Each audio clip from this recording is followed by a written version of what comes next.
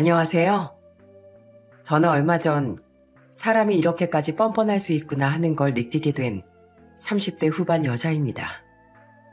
제가 그런 걸 느끼게 된 이유는 바로 저희 시부 때문인데요. 집안의 가장 큰 어른이 되어야 할 사람이 가족들에게 큰 배신감만 안겨줬거든요. 뻔뻔스러운 시부가 무슨 짓을 했는지 낱낱이 밝히고 싶어서 사연을 신청하게 되었어요. 끝까지 재미있게 잘 들어주셨으면 좋겠습니다. 저는 평범한 가정에서 태어나 대학 졸업 후엔 공무원 시험에 도전하게 되었어요.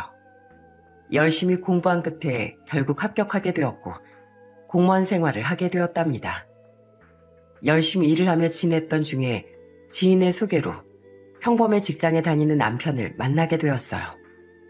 남편은 참 자상하고 듬직했는데 이런 사람과 결혼하면 행복한 가정을 꾸릴 수 있겠다는 생각이 들어서 결혼을 결심하게 되었습니다.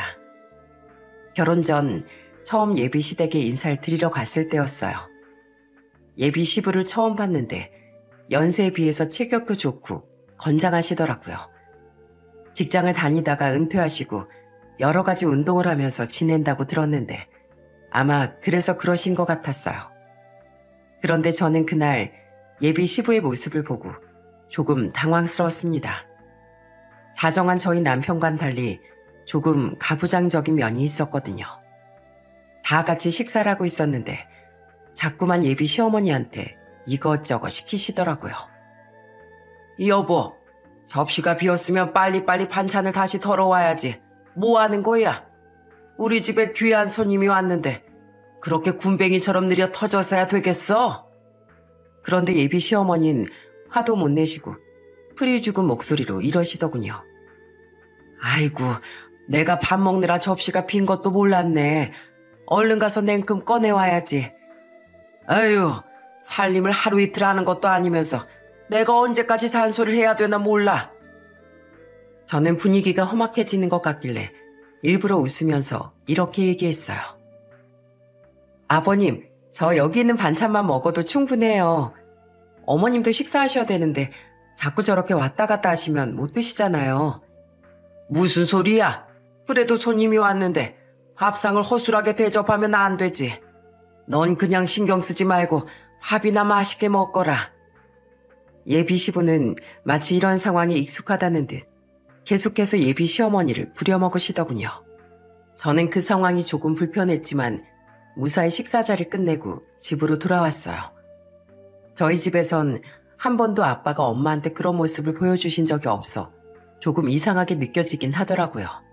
종종 가부장적인 집안이 있다던데 예비 시댁이 그런 곳인가 싶었어요. 하지만 저희 남편한텐 전혀 그런 모습이 없었기 때문에 저는 결국 남편과 30대 초반에 결혼을 하게 되었습니다. 남편과의 결혼 생활은 더할 나위 없이 행복했어요. 항상 서로를 배려하고 이해해주며 좋은 말만 나누었죠. 둘 다 퇴근하고 피곤한데도 서로 집안일을 더 많이 하겠다고 옥신각신하기도 했어요. 그런데 결혼 생활이 지속될수록 도대체 남편이 시부 밑에서 어떻게 이렇게 다정하게 자란 건지 이해가 되지 않더라고요.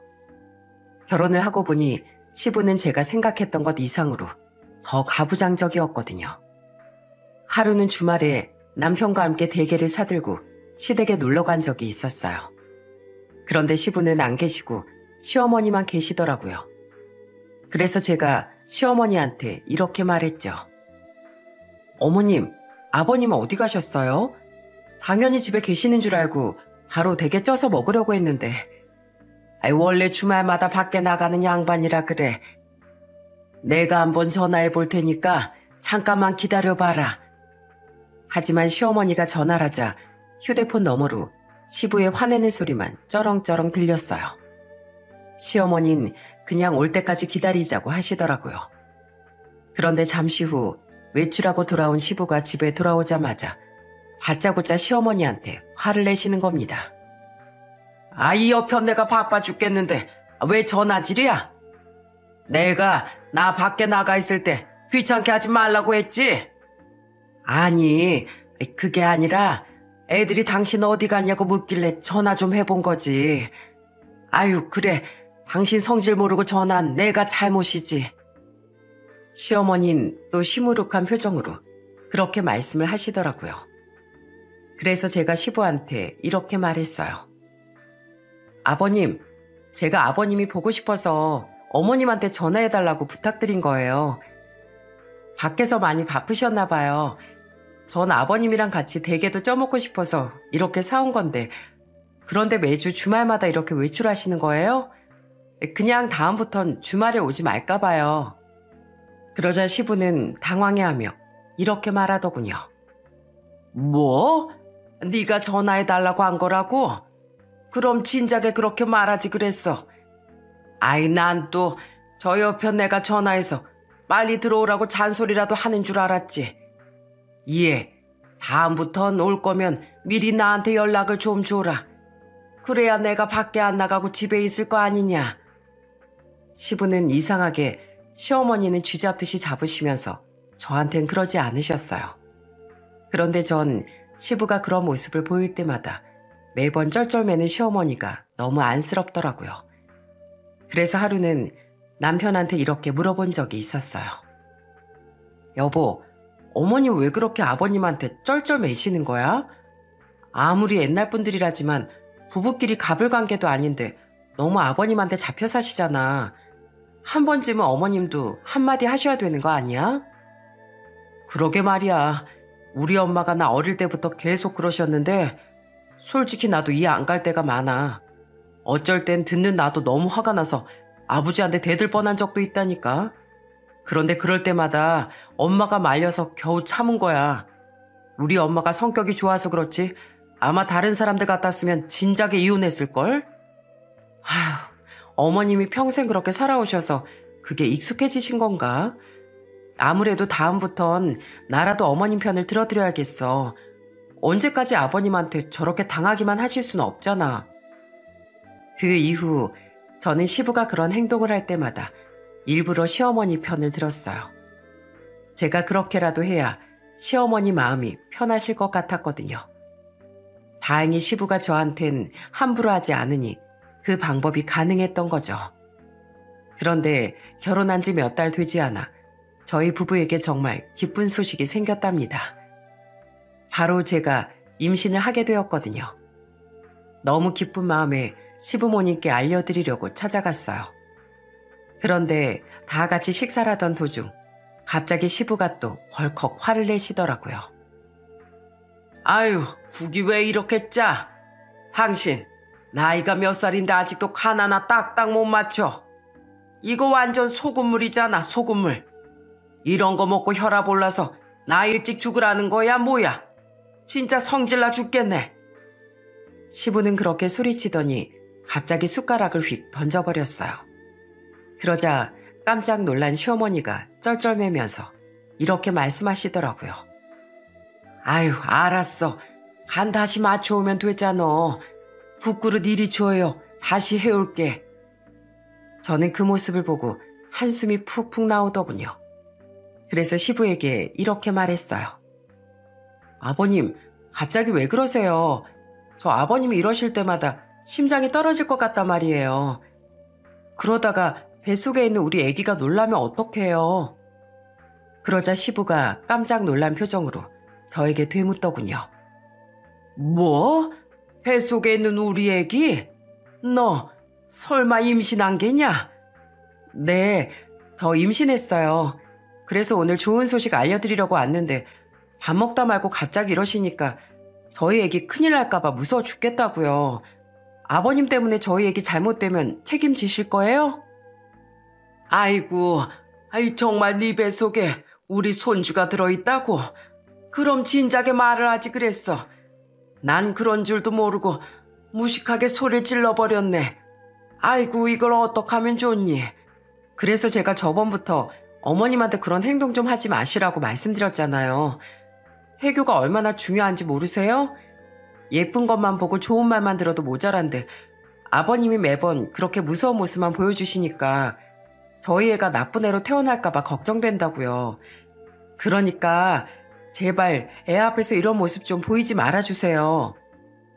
그러자 시부는 당황한 표정으로 쩔쩔매며 저에게 이러더군요. 아이고, 미안하다. 내가 이런 기쁜 소식이 있는 줄도 모르고 함부로 행동했구나.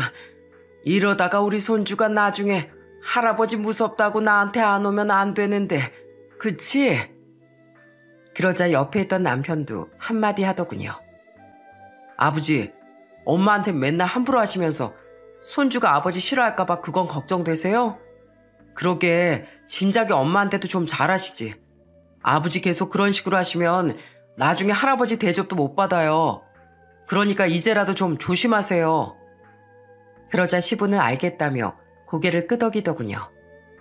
하지만 그 오랜 세월 그렇게 살아왔던 게 한순간에 고쳐질 수가 있겠어요?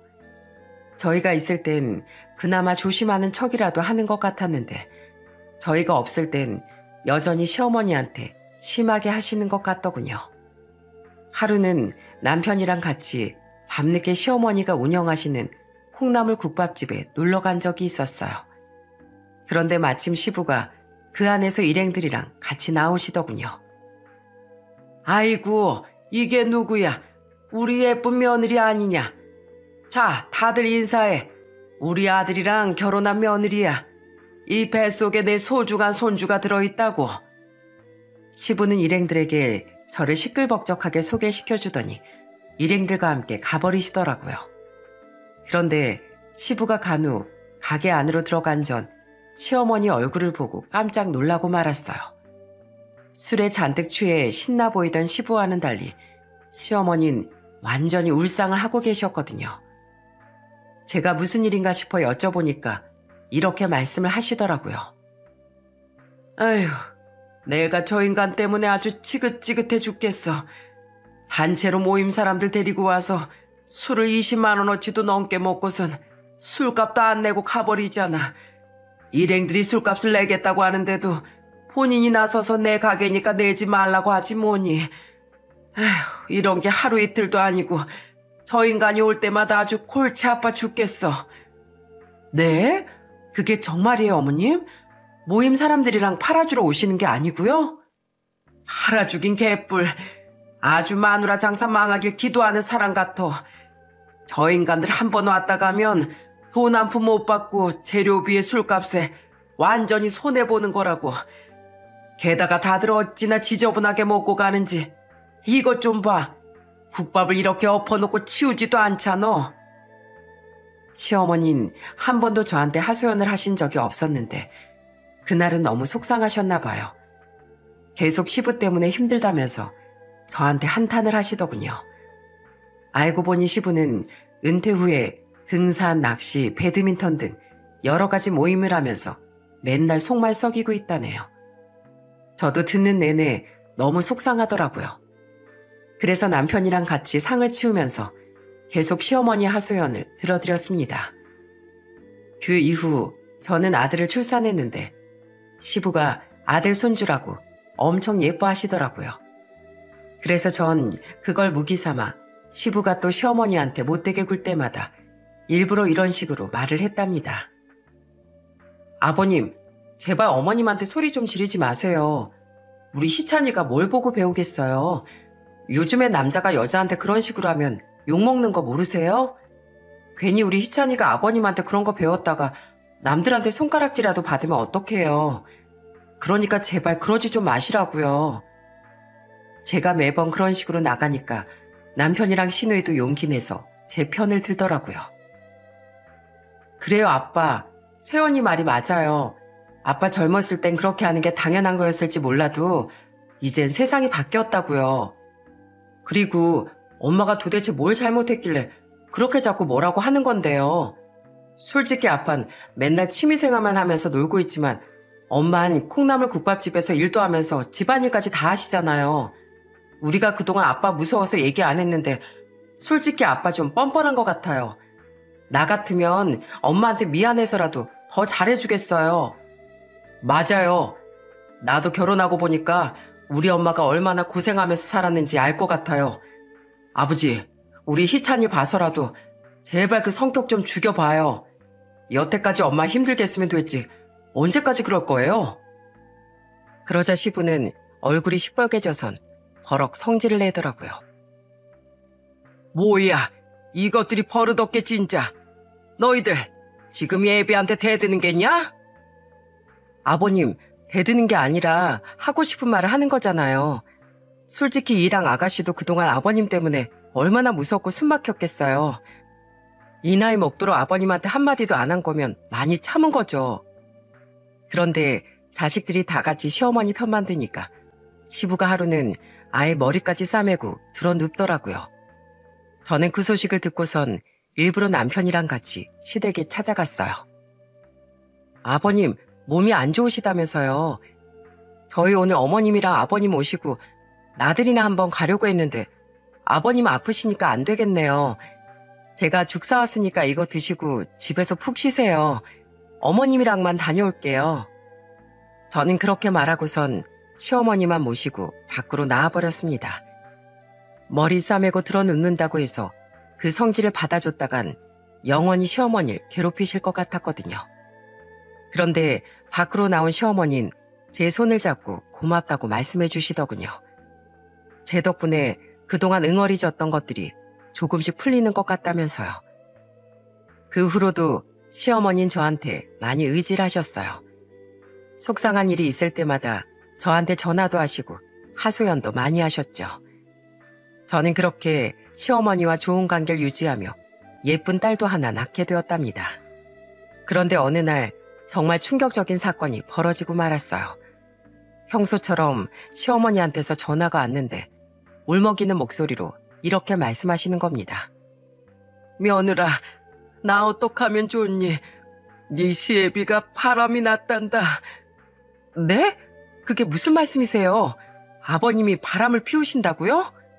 그래, 이 나이에 바람이라니 난 정말 상상도 못했다. 얼마 전에 내 친구가 나한테 전화를 해선 이러지 않겠니? 네 남편 오밤중에 다른 여자랑 다정하게 팔짱 끼고 가는 거 봤다고. 이거 네 남편 맞지 않냐면서 나한테 사진까지 보내줬어. 그런데 보니까 정말로 네 시애비가 맞더구나. 그날 나한텐 그냥 모임에서 술자리가 있다고 했었는데 그게 아니라 그 여자를 만나러 간 거였어. 말도 안 돼. 그게 정말이에요, 어머님? 그래서요? 아버님한테 말씀은 해보셨어요? 얘기해봤지. 내가 그 사진 보여주면서 이 여잔 도대체 누구냐고 꼬치꼬치 캐물었단다. 처음에 노예라고 박박 우기더니 내가 계속 추궁하니까 결국엔 실토라더구나. 배드민턴 모임에서 만난 여잔데 잠깐 만난 것도 아니고 무려 1년이나 그러고 다녔다고 하더구나. 나 이제 어떻게 해야 하니? 이 나이에 남편한테 배신을 당하다니 정말 살고 싶지도 않구나. 뭐라고요? 아니, 어머님이 얼마나 고생하시는지 뻔히 알면서 어떻게 그런 짓을 하실 수가 있어요? 그 여자 뭐하는 여잔데요? 도대체 얼마나 잘난 여자길래 아버님이 어머님을 배신하고 그런 짓을 하시냐고요? 비닐하우스를 운영하면서 다육일 키우는 여자래. 식당에서 험한 일만 하는 나랑은 다르게 고상하다나 뭐라나. 그런데 바람 피운 걸 들켰으면 잘못했다고 빌어도 모자랄 판에 나보고 글쎄 당당하게 이혼을 하젠다. 나 정말 너무 억울해서 살 수가 없구나. 저는 순간 화가 머리 끝까지 치밀어 오르더군요. 세상에 아무리 바람 피우는 사람들이 많다지만 제 시부가 그런 짓을 할 거라고 누가 상상이나 했겠냐고요. 그래서 전 남편이랑 시누이한테까지 다 얘기하고 다음날 시부를 찾아가서 따졌습니다. 아버님, 도대체 이게 어떻게 된 일이죠? 모임에서 만난 여자랑 1년 동안이나 바람을 피우셨다면서요. 아버님이 어떻게 이러실 수가 있어요? 그러자 시부는 오히려 뻔뻔하게 큰 소리를 치더군요. 참나, 그래, 네 시애미 말고 다른 여자 만났다. 내가 무슨 네 시애미랑 뜨거운 신혼도 아니고 어차피 정으로 사는 사이인데 다른 여자 만나는 게 뭐 그렇게 큰 죄냐? 요새 나이 들어서 애인 한 명 없으면 바보 소리 들어. 그러자 옆에 있던 남편과 시누이도 버럭 화를 내더군요. 아버지, 지금 그걸 말씀이라고 하세요? 엄마한테 무릎 꿇고 빌어도 모자랄 판에 자식들 앞에서 창피하지도 않으세요? 그동안 엄마 속 썩였으면 됐지. 왜 그런 못된 짓까지 하시냐고요? 그래요, 아빠. 어떻게 할 짓이 없어서 엄마를 두고 바람을 피울 수가 있어요. 아빠한테 진짜 실망이에요. 더러워서 나 말도 섞기 싫다고요.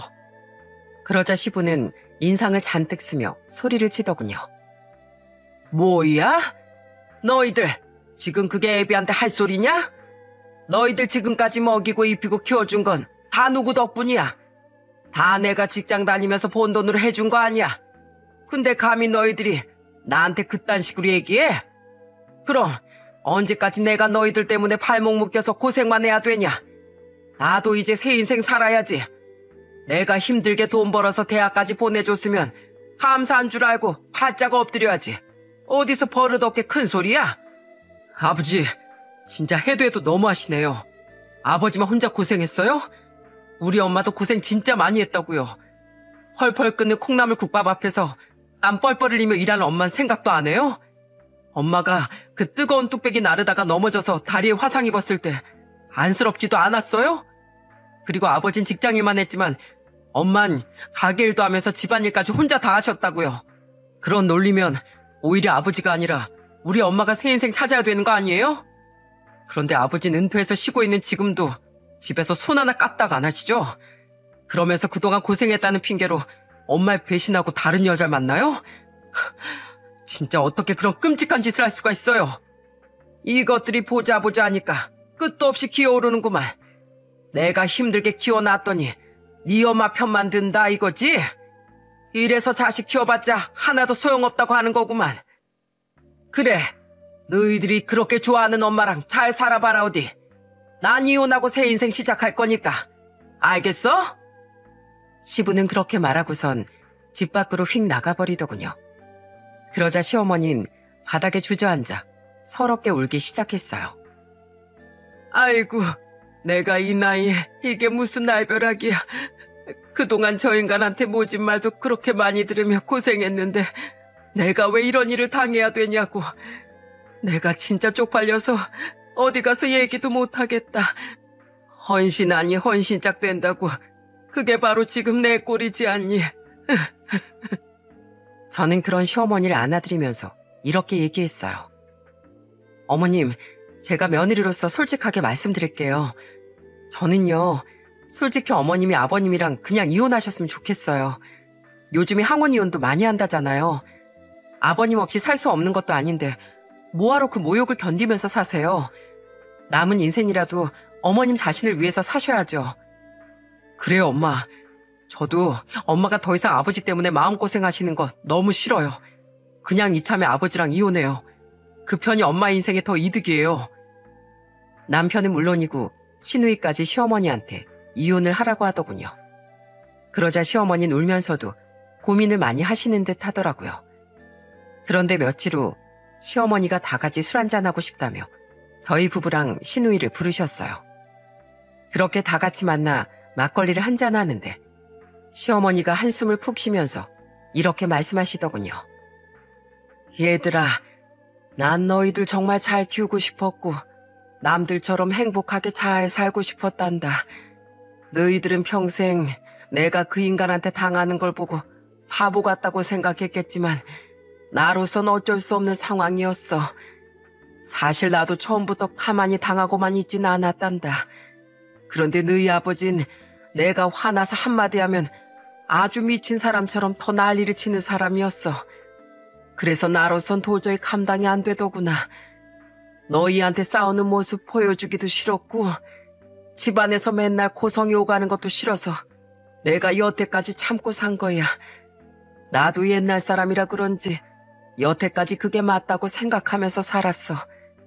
그런데 이번 일이 있고 나서 너희 얘기를 들어보니까 내가 그동안 잘못 생각했던 것 같구나. 저는 그 얘기를 듣고서 시어머니에게 이렇게 물었어요. 어머님, 그래서요? 이제 아버님은 어떻게 하실 건데요? 너희들 덕에 드디어 결심했다. 나 이혼하련다. 그래, 그 무식한 놈 어디 한번 잘 살아보라고 그래. 다 늙어서 여자 치마 폭에 쌓여 정신 못 차리는 놈인데 내가 굳이 같이 살아야 될 이유가 있니? 여자한테 홀려서 가족까지 버린 그놈. 아마 평생 후회하면서 살 거다. 그런 놈 치고 잘 되는 놈 한 번도 본 적이 없어. 다행히 시어머니는 시부와 이혼하겠다고 말씀을 하시더군요. 솔직히 평생 당하면서 살아오셔서 이번에도 시부를 용서하고 지옥길로 걸어 들어가실까봐 걱정이 많았거든요. 그런데 이번엔 자식들이 나서서 뜯어말리니 드디어 용기를 내기로 하셨나 봐요. 그런데 시부는 본인이 먼저 이혼하자고 해놓고선 막상 시어머니가 이혼한다고 하니까 당황하셨나 봐요. 남편한테 전화해서 이러시더라고요. 재문아, 네 엄마 미친 거 아니냐? 나랑 진짜로 이혼한단다. 참나, 나랑 40년을 살아놓고 뭐가 그렇게 쉬워? 옆에서 듣고 있던 전 너무 황당하더라고요. 그래서 휴대폰을 뺏어서 이렇게 얘기했어요. 아버님, 축하드려요. 원하시는 대로 되셨네요. 어머님이랑 그렇게 이혼하고 싶어 하셨잖아요. 이제 어머님은 잊으시고 그 여자랑 행복하게 남은 여생 보내시면 되겠네요. 너무 축하할 일인데 오늘 축배라도 한 잔 드셔야 되는 거 아니에요? 뭐라고? 축배? 너 지금 나 놀리는 게냐? 아유, 놀리긴요. 진심으로 하는 말인데요. 아버님이 어머님한테 먼저 이혼하자고 하셨잖아요. 그래서 어머님이 알겠다고 하신 건데 그럼 좋은 일 아니에요? 설마 이혼하자고 하면 어머님이 무릎이라도 꿇고 붙잡으실 줄 알았어요? 그럼 붙잡아야지. 어딜 하늘 같은 남편한테 한 번에 이혼한다고 오케이야? 쥐뿔도 없는 여편 내가 어디서 안 좋은 것만 배워가지고. 어머, 아버님 되게 웃기시다. 세상에 어떤 여자가 평생 고생만 시키던 남편이 바람 피워서 이혼하자는데 무릎 꿇고 붙잡아요? 어머님을 너무 바보로 생각하시는 거 아니에요? 왜요? 어머님이 진짜로 이혼한다고 하시니까 이제 와서 후회되세요? 아휴, 그런데 어쩌죠? 이미 늦었는데요. 아버님, 제가 마지막으로 한마디 할게요. 평생 고생하신 어머님 배신한 거 두고두고 후회하실 거예요. 제가 손가락 걸고 장담할게요. 제가 일부러 약 올리듯이 그렇게 말하자 시부는 마구 소리를 지르기 시작했습니다. 하지만 저는 무시하고 전화를 확 끊어버렸어요. 그리고 그 이후 시어머니는 상간녀 소송을 걸어 위자료도 받아내고 재산 분할도 하고 이혼을 하게 되었답니다. 시어머니는 전 시부랑 이혼하고 나서 너무 마음이 편안하다고 하시더군요. 이제는 더 이상 시어머니를 식모처럼 부려먹거나 윽박을 지르는 사람이 없어졌으니까요. 이럴 줄 알았으면 진작에 이혼할 걸 괜히 오래 참았다면서 후회를 하시더군요. 그 후로 저희 부부는 시어머니를 자주 찾아뵙고 지냈어요. 전 시부가 없어졌을 뿐인데 시어머니 얼굴이 나날이 좋아지시더군요. 저 역시도 이번 일을 계기로 시어머니가 이혼하길 참 잘했다는 생각이 들었답니다. 그런데 시어머니가 전 시부랑 이혼한 지 1년쯤 지났을 때였어요. 갑자기 전 시부한테서 연락이 오더니 얘기할 게 있다면서 저랑 남편 보고 만나자고 하더군요. 저는 도대체 무슨 소리를 하나 드러나 보자 하는 마음으로 가게 되었죠. 그런데 가보니 떡하니 상간녀가 앉아있더군요. 전 시부는 상간녀 앞에서 제 남편에게 언성을 높이더라고요. 재문이 너 이번 명절 때 왜 안 왔어? 자식이면 당연히 명절은 챙겨야 되는 거 아니냐? 특히 넌 아들이니까 당연히 애빌 찾아와서 인사를 올렸어야지. 너희가 그러고도 자식들이야? 내가 없었으면 너희들이 태어나기나 했을 것 같아? 그러자 남편은 어이가 없는지 콧방귀를 뀌면서 이렇게 말하더군요. 아버지, 지금 그거 따지려고 부르셨어요? 가족을 먼저 버린 건 아버지잖아요. 아버지가 저 여자 좋다고 우리 가족 버리고 이혼까지 해서 나갔으면서 왜 명절까지 챙기길 바라세요? 너무 욕심이 큰 거 아니에요? 뭐라고? 이게 버르장머리를 어디다 팔아먹은 게야. 그래, 그렇게 말한다 이거지? 그럼 애미 네가 말해봐라. 너도 재문이랑 같은 생각이냐? 이번엔 그 불똥이 저한테 튀더군요. 그래서 저는 두 눈 똑바로 뜨고 이렇게 얘기했어요. 그럼요. 저도 당연히 같은 생각이죠. 아버님, 너무 양심이 없으신 거 아니에요? 어떻게 저희 보고 명절을 챙기라는 얘기를 하실 수가 있어요? 그렇게 명절 때 대접받고 싶으셨으면 저런 아줌마랑 바람을 피우지 마셨어야죠. 도대체 저 아줌마가 뭔데요? 뭐가 그렇게 대단하길래 가족까지 버리시냐고요?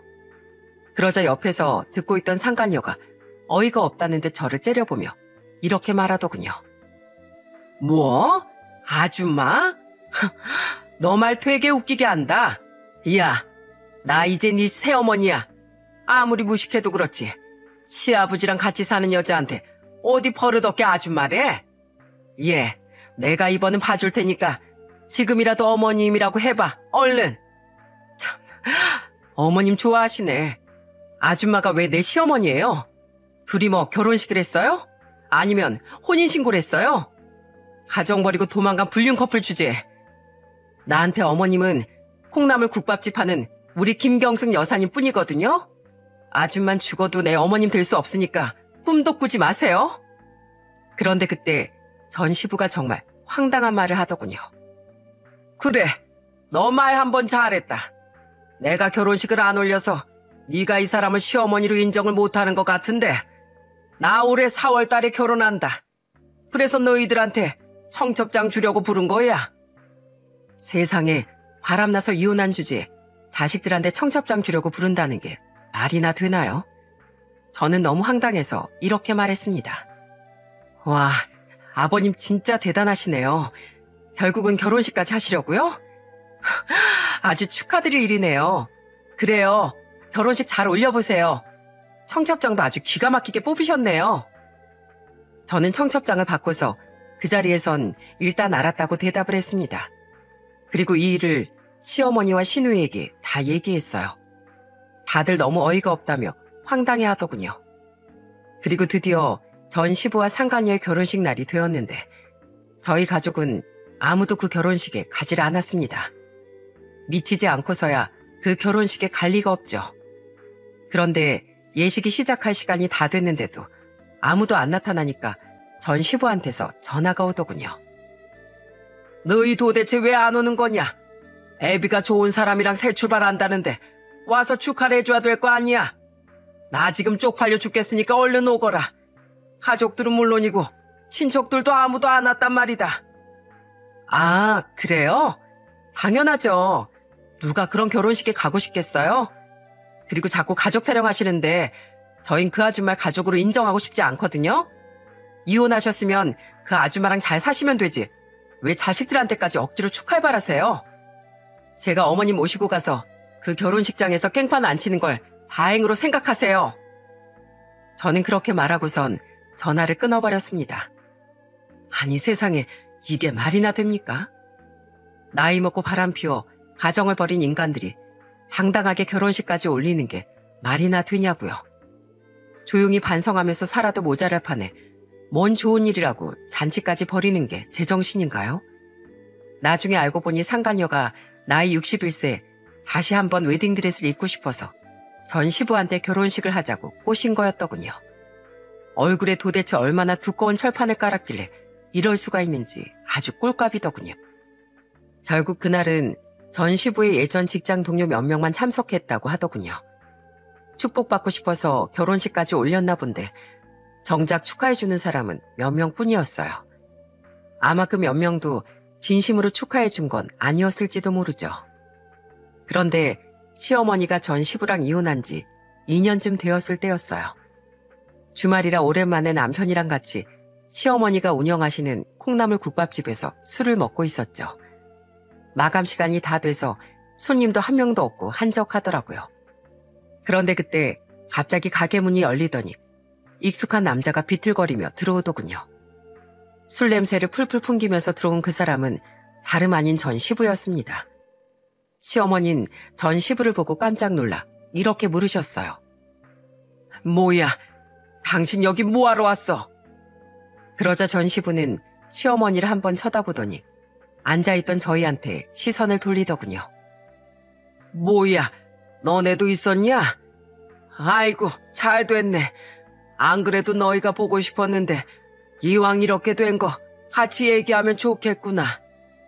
하지만 저랑 남편은 전 시부에게 인사도 하지 않고 그냥 쳐다보기만 했어요. 그런데 전 시부는 뻔뻔하게 제 옆자리에 앉더라고요. 애미야, 나도 술 한잔 다오. 전 시부는 저희 테이블에 있던 소주를 마음대로 따라서 한 잔 마시더군요. 그러더니 갑자기 하소연을 시작했어요.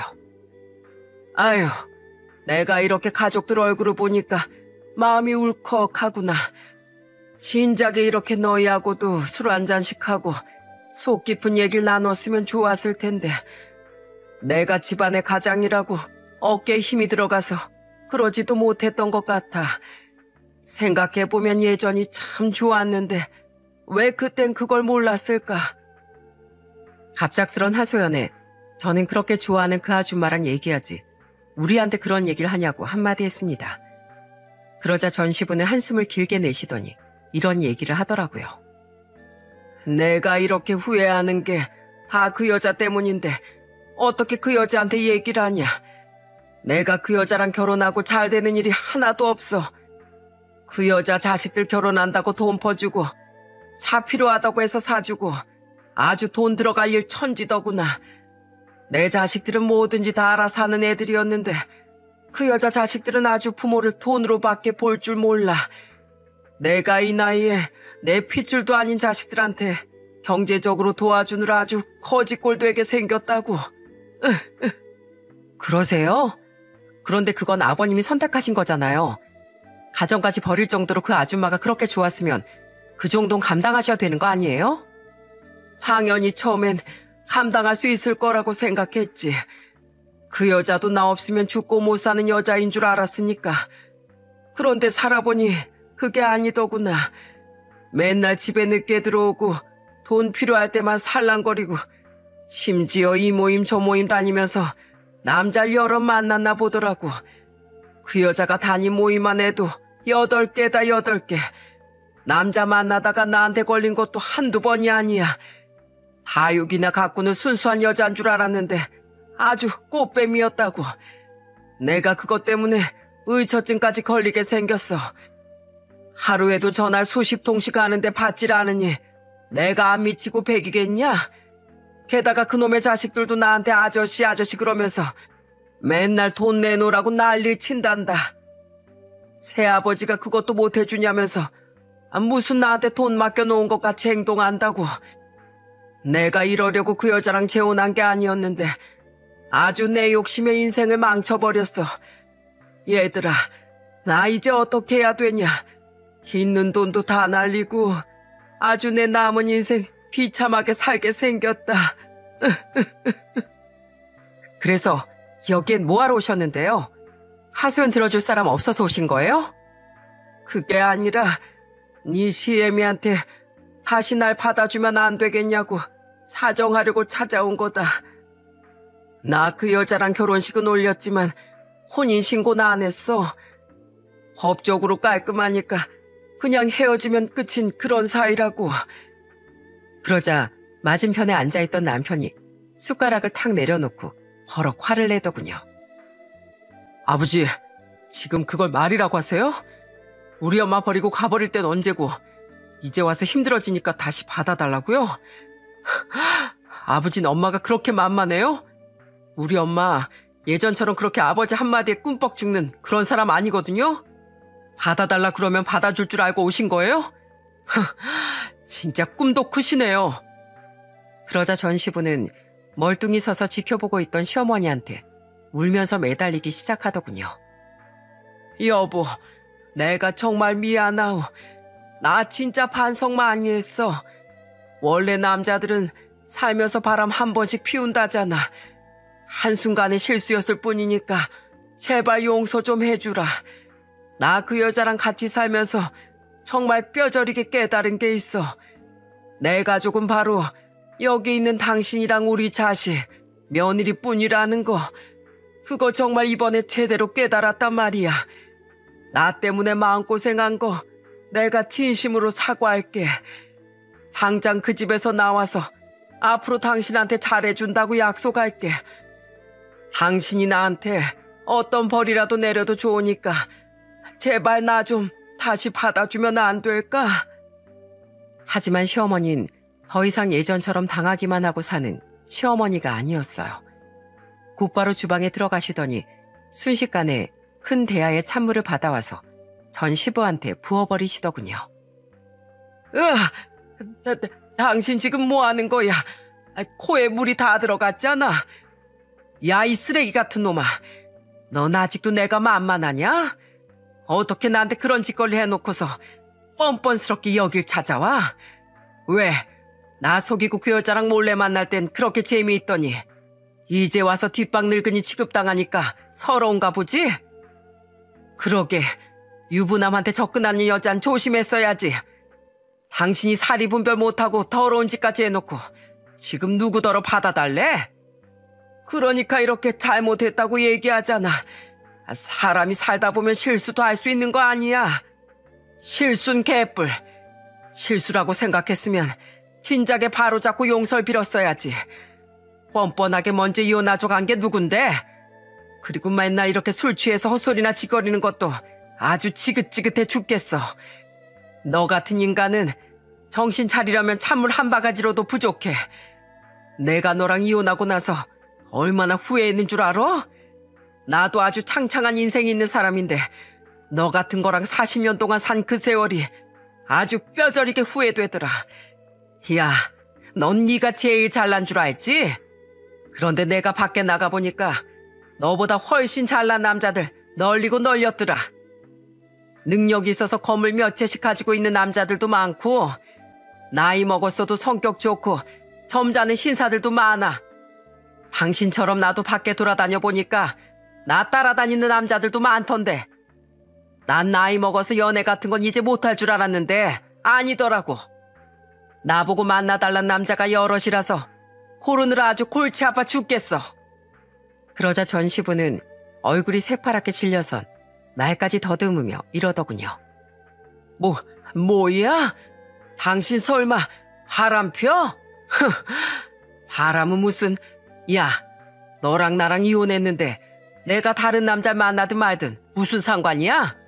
그리고 상간이한테 돈 다 뜯긴 빈털터리 거지 주제 어딜 나한테 들이대? 내가 이 나이에 남자 만나도 너보다 훨씬 잘난 남자 만나지. 뭐하러 너 같은 거랑 다시 합치냐? 내가 무슨 자선 사업가인 줄 알아? 능력 없고 밥이나 축내는 너 같은 걸 다시 받아주게? 여보, 지금 나랑 장난하는 거지? 당신이 나 말고 다른 남자 만날 리가 없잖아. 지금 나 겁주려고 이러는 거지? 이러지 말고 제발 나 좀 받아주라. 당신은 내가 안쓰럽지도 않어. 나랑 그동안 같이 산 세월이 얼만데 어떻게 그런 심한 말을 해. 아이고, 누가 알 소리를. 그래, 같이 산 세월이 무려 40년인데 그동안 넌 날 아주 식모처럼 부렸지? 할 말 못할 말 못 가리면서 날 아주 발 아래로 두고 살았잖아. 그래놓고 나보고 심하다고? 아주 지나가던 개가 웃겠다. 얘 며느라, 안 되겠다. 이 인간이 술 취해서 아주 제정신이 아닌 것 같아. 오늘 아주 한번 제대로 정신 차리게 해줘야겠으니까 가서 대야에다가 물 한 바가지 더 퍼오거라. 저는 그 말을 듣자마자 자리에서 벌떡 일어났어요. 그러자 전 시부가 겁을 먹고선 당황해 하더라고요. 잠깐만. 알았어. 헛소리 안 하면 되잖아. 그렇다고 며느리까지 시켜서 나한테 물을 뿌릴 건 뭐야. 알았어. 갈게. 간다고. 전 시부는 그렇게 말하고선 꽁무니가 빠지게 가게 밖으로 도망가 버렸어요. 예전엔 그렇게 독불장군처럼 가족들 위해서 군림하더니 막상 제일 만만하게 생각하던 시어머니가 똑같이 받아치니 겁을 먹었나 봐요. 게다가 본인은 바람 펴서 재혼까지 해놓고 시어머니가 다른 남자를 만난다고 하니까 놀라서 호들갑을 떠는 게 너무 황당하더라고요. 이런 게 바로 내로남불 아닌가요? 물론 저희 시어머니는 자식들만 생각하시는 분이라 아까 말씀하셨던 것처럼 다른 남자를 만나고 그런 일은 없었어요. 그냥 눈에는 눈, 이에는 이라고 일부러 전 시부를 자극하려고 그렇게 말씀하셨다고 하시더군요. 그런데 시어머니의 그 작전이 아주 제대로 통한 거 있죠? 본인은 그런 일을 당하면 눈에 불을 켜고 화를 낼 거였으면서 왜 시어머니한텐 그런 못된 짓을 했는지 이해가 되질 않더라고요. 시어머니한테 얘기를 들어보니 그 이후에도 전 시부가 몇 번 더 가게에 찾아왔었대요. 그런데 그때마다 가게 밖으로 내쫓아버리고 가게 문을 아예 잠가버렸다고 하네요. 전 시부는 그 상간녀한테 간이고 쓸개고 다 빼주고선 얼마 안 가 결국 헤어졌다고 하네요. 뻔뻔하게 결혼식까지 올리더니 2년밖에 못 살고 헤어진 그 꼴이 너무 우스웠어요. 지금은 며느린 저뿐 아니라 자식들이랑 시어머니한테도 버림받고 지금은 혼자 원룸에서 생활하고 있다고 하더군요. 그런데 얼마 전 시어머니한테서 진짜 웃긴 얘기를 들었어요. 매일 아침 6시만 되면 전 시부가 시어머니한테 장문의 문자 메시지를 보낸대요. 시어머니가 그 문자를 저한테 하나 보여주셨는데 이런 내용이더라고요. 나 안종식은 오늘도 반성합니다. 40년 동안 가족들을 위해 헌신하고 고생을 마다하지 않은 내 아내 김경숙에게 상처를 준 점 마음 깊이 반성합니다. 아내에게 몹쓸 말을 아무렇지도 않게 했던 점, 집에서 놀면서도 집안일엔 손 하나 까딱하지 않았던 점, 그것도 모자라 뻔뻔스럽게 외간 여자와 불륜을 저지른 난 죽일 놈입니다. 자식들이 못난 애비에게 한 소리 할 때 들었어야 했는데 여자한테 눈이 멀어 옳고 그른 것도 구분하지 못한 나는 쓰레기입니다. 죽는 날까지 내 아내 김경숙에게 고개 숙여 사죄하며 살겠습니다. 난 정말 짐승만도 못한 존재입니다. 보니까 일기처럼 쓴 반성문이더라고요. 아무래도 이런 걸 시어머니한테 계속 보내면 시어머니가 마음이 약해져 받아주지 않을까 싶어 보내는 것 같더군요. 그런데 전 시부는 아마 모를 거예요. 저희 시어머니가 그 문자를 3일 정도 받으시다가 꼴도 보기 싫다면서 전 시부의 번호를 차단해버렸거든요. 아마 차단당한 줄도 모르고 지금도 매일 아침 6시마다 그런 문자를 보내고 있을 거예요. 혼자 북치고 장구치고 하는 줄도 모르고 절절하게 문자를 쓰고 있을 생각을 하니 참 안 됐더라고요. 그런데 뭐 어쩌겠어요. 다 본인이 저지른 일에 대한 대가인데요 뭘. 그러게 진작에 가족이 소중한 줄 알고 그런 나쁜 짓은 하지 말았어야죠. 미국의 어떤 작가가 이런 말을 했다네요. 불륜을 하는 것은 도박장에서 그동안 저축한 돈을 몽땅 날려버리는 것과 같다. 가진 돈을 몽땅 잃어버리면 모든 것을 처음부터 다시 시작해야 한다. 전 시부가 상간이한테 푹 빠져 가족을 배신하는 바람에 가진 돈도 다 날리고 가족들한테도 외면당하고 있는 걸 생각하면 정말 맞는 말인 것 같아요. 불륜하는 사람들은 왜 이런 당연한 걸 모르는 걸까요?